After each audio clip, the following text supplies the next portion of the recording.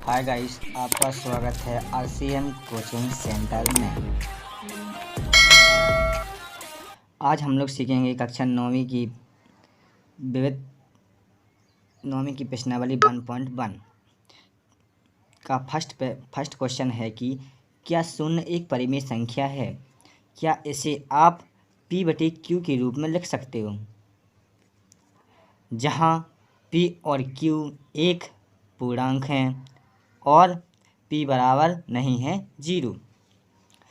सबसे पहले तो ये देखते हैं कि परिमेय संख्या होती क्या है।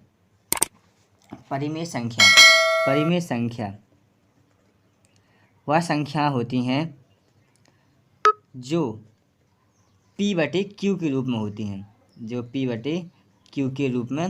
होती हैं और जिनका मान 0 नहीं आता हो, वह परिमेय संख्या होती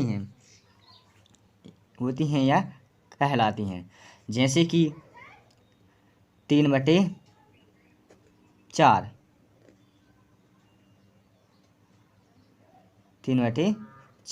इसका मान दिया जाए तो इसका मान 0 नहीं आएगा, या तो 0 से कम आएगा या 0 से ज़्यादा आएगा। और 5/4 यह भी एक परिमेय संख्या है। और 6/3 यह भी एक परिमेय संख्या है। और पूर्ण संख्या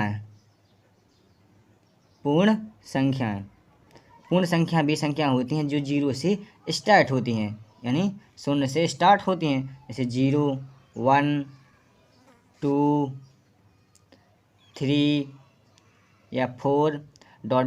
अनंत तक होती हैं। तो और ऐसा भी नहीं है कि परिमेय संख्या पूर्ण संख्या में नहीं होती हों, पूर्ण संख्या में भी परिमेय संख्या होती हैं।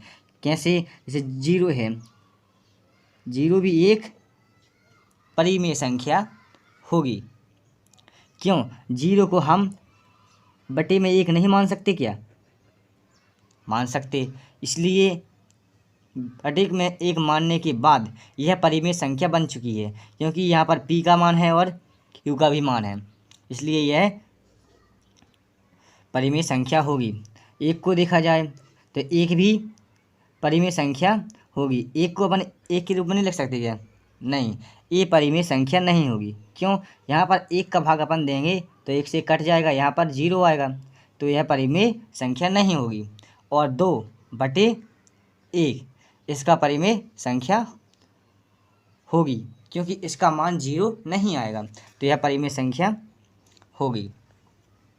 अब हम यहाँ पर देखते हैं 0 का। हमको क्या है? क्या 0 एक परिमेय संख्या है? हाँ, 0 एक परिमेय संख्या है। क्यों? हल देखते हैं। इसलिए क्योंकि अपन 0 को अगर 0/0 कर दें तो फिर 0 आएगा, तो परिमेय संख्या नहीं होगी। तो 0/1 तो परिमेय संख्या है। हाँ है, कोई दिक्कत तो नहीं।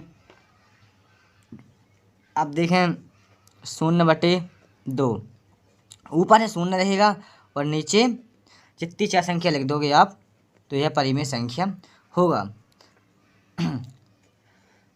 तो अब हम इसका आंसर और नज़दीकी से देखेंगे।